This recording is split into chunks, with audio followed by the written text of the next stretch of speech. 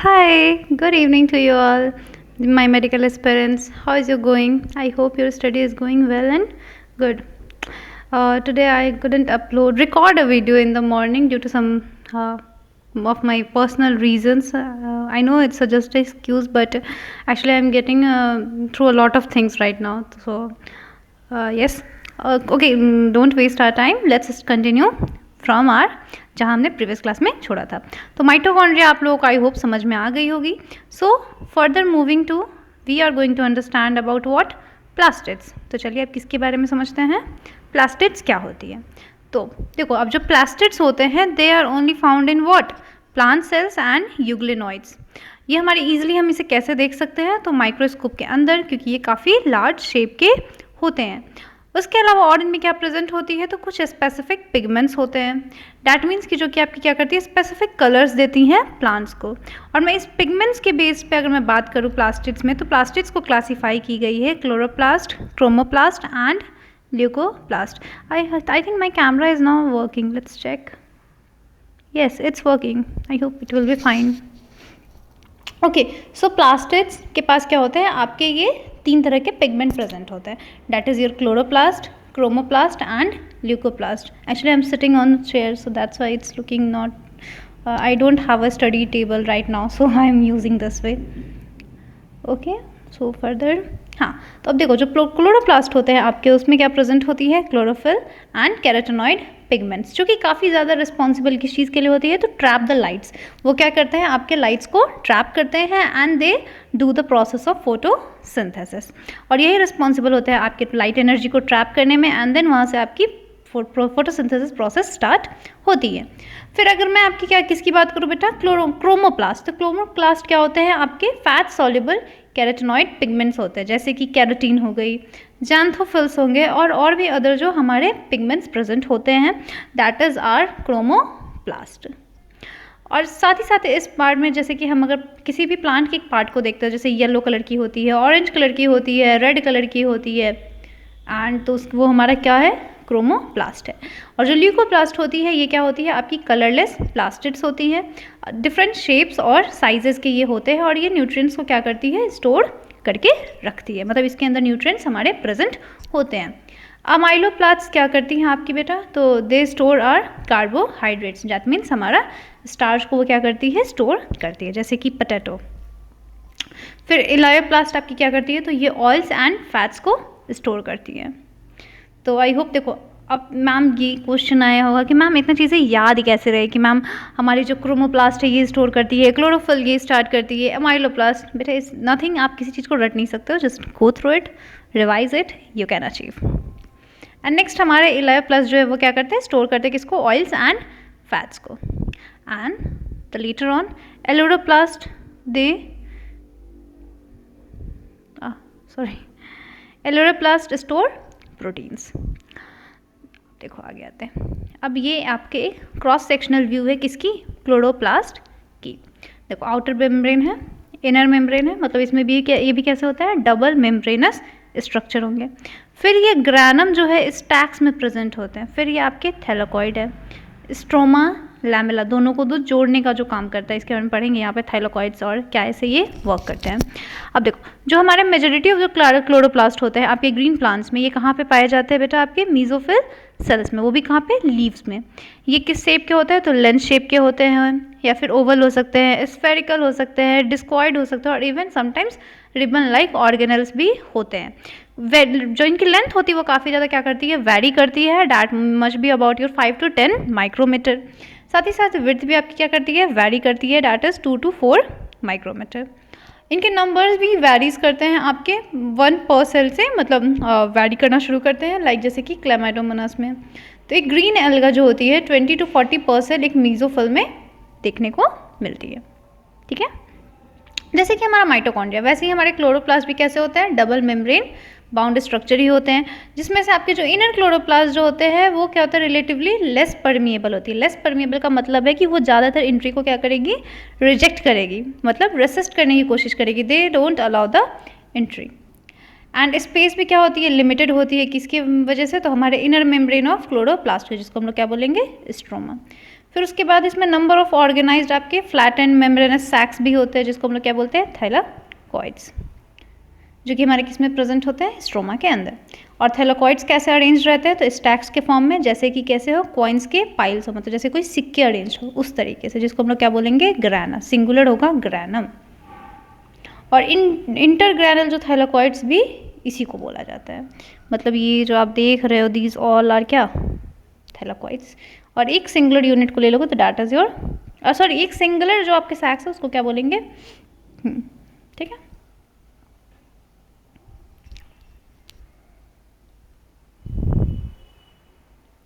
तो सिंगुलर वाला समझ में आया, मतलब थाइलाकॉइड्स क्या है, अरेंज्ड रहता है, और पाइल ऑफ कॉइन्स को क्या बोलेंगे, ग्रैना।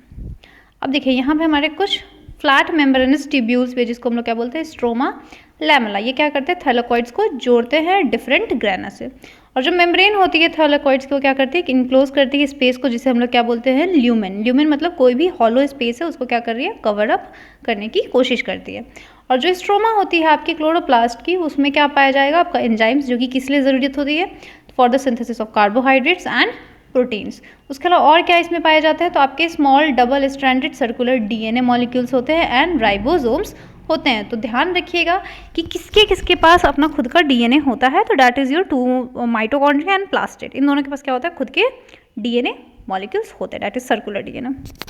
और एक प्लाज्मिड तो हमने बैक्टीरिया में ऑलरेडी देख लिया था, प्रोकैरियोट्स में। अब देखो जो आपके क्लोरोफिल पिगमेंट्स होते हैं, क्लोरोफिल पिगमेंट्स जो होते हैं हमारे प्रेजेंट होते हैं किसके अंदर, थैलाकॉइड्स में। जैसे कि हमारे राइबोसोम्स क्लोरोप्लास्ट में क्या होते हैं, वो स्मॉलर होते हैं, 70s वाले होते हैं। और साइटोप्लाज्मिक राइबोसोम्स कैसे होते हैं, 80s वाले होते हैं। मतलब कि हम इससे ये कह सकते हैं जो क्लोरोप्लास्ट के अंदर जो राइबोसोम्स है, they are of prokaryotic type, of course they are prokaryotic, जो कि किससे बनेगा, 30s plus 50s, okay. And ये बनती है आपकी 40 प्लस 60s से, ठीक है। अब थोड़ा राइबोसोम्स के स्ट्रक्चर की बात करते हैं। अब देखो राइबोसोम्स जो होते हैं ये एक तरह के ग्रैनुलर स्ट्रक्चर होते हैं। इसको सबसे पहली बार किस में देखा गया है, तो हमारे इलेक्ट्रॉन माइक्रोस्कोप से देखा है। किसने देखा है, तो जॉर्ज पैलेट 1953 में। और ये बने हुए किस चीज़ के होते हैं, तो they are composed of ribonucleic acid, that is RNA and proteins. और वो सराउंडेड नहीं होते हैं किसी भी तरीके के एक मेम्ब्रेन से, तो उसको हम लोग क्या बोलते हैं, राइबोसोम्स। अब देखो राइबोसोम में दो तरह के यूनिट होते हैं, जो अपर, जो इसमें बड़ा यूनिट दिखेगा that is a larger unit, और जो छोटी सी यूनिट होगी that will be your small sub unit. तो देखिए जो ईकैरियोटिक आपके राइबोसोम्स होते हैं वो कैसे होते हैं, 80s होते हैं। और जो हमारे प्रोकैरियोटिक राइबोसोम्स होते हैं वो कैसे होते हैं, 70s होते हैं। और जो भी राइबोसोम होते हैं उसके पास हमेशा 2 सब यूनिट्स प्रेजेंट होते हैं, that is your larger and smaller सब यूनिट्स। और दो आपके सब यूनिट्स होते हैं 80s राइबोसोम्स, वो किससे बनते हैं, तो 60s एंड 40s। जो 70s वाले होते हैं वो किससे बनते हैं, तो that will be your 50s and 30s। तो और यहाँ पे S जो है, S stands for svedbergs unit, मतलब कि ये सेडिमेंटेशन कोएफिशिएंट को बताती है कि मतलब ये कितना सेडिमेंट करती है। सेडिमेंट का मतलब क्या समझते हो, जैसे कि एक पानी ले लो, उसमें क्या करो, सैंड को डालो, आप उसके सेडिमेंट्स को देखते हो, आपको ये पता चलता है कि कौन से पर्टिकुलर मैटर क्या है, अपने डेंसिटी के अकॉर्डिंग डिवाइड हो जाती है, तो इसीलिए उसको क्या बोला गया, सेडिमेंटेशन कोएफिशिएंट। और ये इनडायरेक्टली क्या करती है, मेजर करती है आपके डेंसिटी और साइज के, किसके डेंसिटी और साइज के, राइबोसोम्स की। तभी हम पता कर पाते हैं कि वो 80s वाला राइबोसोम है और 70s वाला है, ठीक है। और जो हमारे दोनों 70s और 80s राइबोसोम्स होते हैं वो दो ही सब यूनिट से बनते हैं, डैट इज योर, एक one will be your larger sub unit and the second one will your small sub unit. Now coming to cytoskeleton समझते हैं। अब देखो साइटोस्केलेटन क्या होता है, तो ये बहुत एलेबोरेट टाइप का नेटवर्क होता है जिसमें फिलामेंटस, मतलब जो भी प्रोटीनियस स्ट्रक्चर होते हैं जो हमारे साइटोप्लाज्म के अंदर प्रेजेंट होते हैं, तो उसको हम लोग क्या बोलते हैं, cytoskeleton.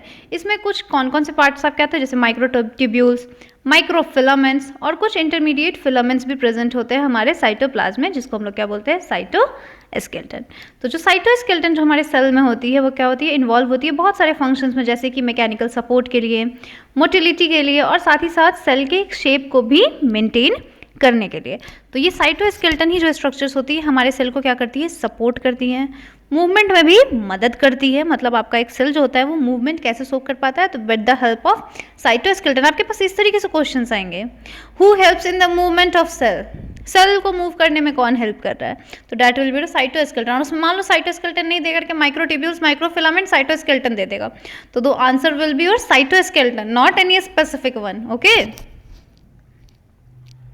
Now see the diagram. अब देखो पहला सेक्शन है आपका, क्या दिखा रहा है, सीलिया और फ्लैजेला की हम डिफरेंट पार्ट्स को शो कर रहे हैं, एक इलेक्ट्रॉन माइक्रोग्राफ में और एक डायग्रामेटिक रिप्रेजेंटेशन है। देखो इसमें सेंट्रल माइक्रोट्यूब्यूल्स है, इंटर डबलेट ब्रिज है जो दोनों को जोड़ने की काम कर रही है, फिर पेरिफेरल आपके माइक्रोट्यूब्यूल्स है जिसको हम लोग डबलेट्स बोलते हैं, प्लाज्मा मेम्ब्रेन प्रेजेंट है, सेंट्रल शीथ है और रेडियल स्पोक्स प्रेजेंट है। Now coming further, cilia and flagella. अब ये क्या है, अब देखो सीलिया एंड फ्लैजेला। सीलिया जो होता है ये सिंगुलर, इसका क्या होगा, cilia is a plural word, singular will be cilia. Flagella की आपके सिंगुलर क्या होगा, फ्लैजेलम।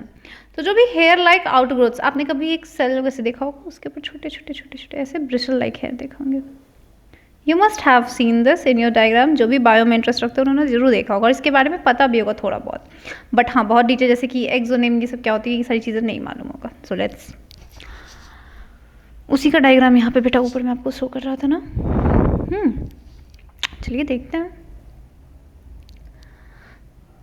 तो आपके जो सीलिया जो होते हैं क्या होते हैं, कि छोटे छोटे स्ट्रक्चर्स होते हैं जो कि किसकी तरह वर्क करते हैं, लाइक ओर्स, और ये क्या करते हैं, आपके मूवमेंट को कॉज करने में हेल्प करते हैं, या तो आपके सेल को या फिर सराउंडिंग जो भी फ्लूइड प्रेजेंट होती है, जैसे कि आपके रेस्पिरेटरी ट्रैक में प्रेजेंट होती है ना, तो वो क्यों प्रेजेंट है, to move out the mucus outside of the body.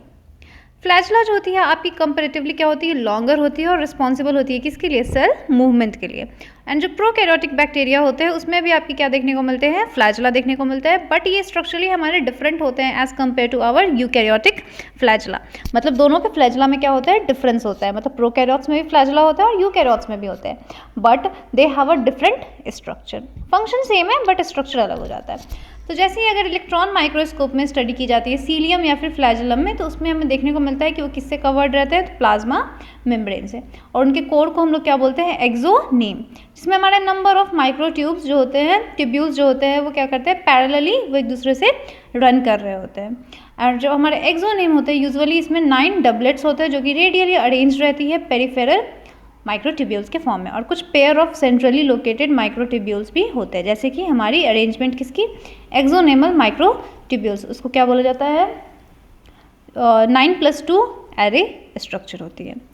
फिर हमारी जो सेंट्रल ट्यूब्यूल्स होती है वो क्या करती है, कनेक्टेड होती है किसके द्वारा, तो by with the help of bridge, और ये इनक्लोज होती है किसके द्वारा, तो बाय अ सेंट्रल शीथ। देखो इसको समझने के लिए थोड़ा सा यहाँ आते हैं, सेंट्रल माइक्रोट्यूब्यूल्स हमारा जो सेंटर में हमारे प्रेजेंट है, अब इसको और इसको जोड़ कौन रहा है, सेंट्रल शीथ, इन दोनों को डिफ अलग कर रहा है। फिर उसके बाद हमारा क्या प्रेजेंट है, तो पेरिफेरल माइक्रोट्यूब्यूल्स, फिर उसमें क्या है, रेडियल स्पोक्स है। तो इस तरीके से ये क्या है, एक दूसरे से कनेक्टेड है। ऐसे डायग्राम को समझ करके ऐसे रीड आउट करके पढ़ोगे, क्वेश्चंस बनेंगे बेटा, कैसे नहीं बनेंगे। If you give your time to the study, time will respect you, if you respect time, time will definitely respect you. तो जो कि कनेक्ट करते हैं क्या, आपके वन ट्यूब्यूल से दूसरे जितने भी पेरिफेरल डबलेट्स, किसके मदद से, तो रेडियल स्पोक के मदद से। और यहाँ पे 9 रेडियल स्पोक्स होते हैं और पेरिफेरल डबलेट्स भी क्या होते हैं, इंटरकनेक्टेड होते हैं आपके लिंकर्स से द्वारा। और जो हमारे सीलियम एंड फ्लैजेलम जो होते हैं ये इमर्ज कहाँ से करते हैं, तो सेंट्रियोल लाइक स्ट्रक्चर, जिसे हम लोग क्या बोलते हैं बेटा, बेसल बॉडीज। तो यहाँ से आपके सीलिया और फ्लैजेला क्या करते हैं, ओरिजिनेट करते हैं। I think for today should we leave here, centrosome and centriole फिर न्यूक्लियस है, and I think हाँ इसको कल करते हैं, in tomorrow we will do this, क्योंकि न्यूक्लियस इज लाइक कि इसको थोड़ा फिर से फ्रेश माइंड से सुनोगे तो हर चीज़ फिर ध्यान में रहेगी। Okay, so see you in my next video, of course my next lecture. Okay, so bye bye. Questions बेटा सॉल्व करो, मेहनत करो, you will get your things. I know sometimes it's not, but sometimes it work ना, कभी कभी तो करता भी तो है ना, so why don't you do it, करना पड़ेगा। Okay, bye bye.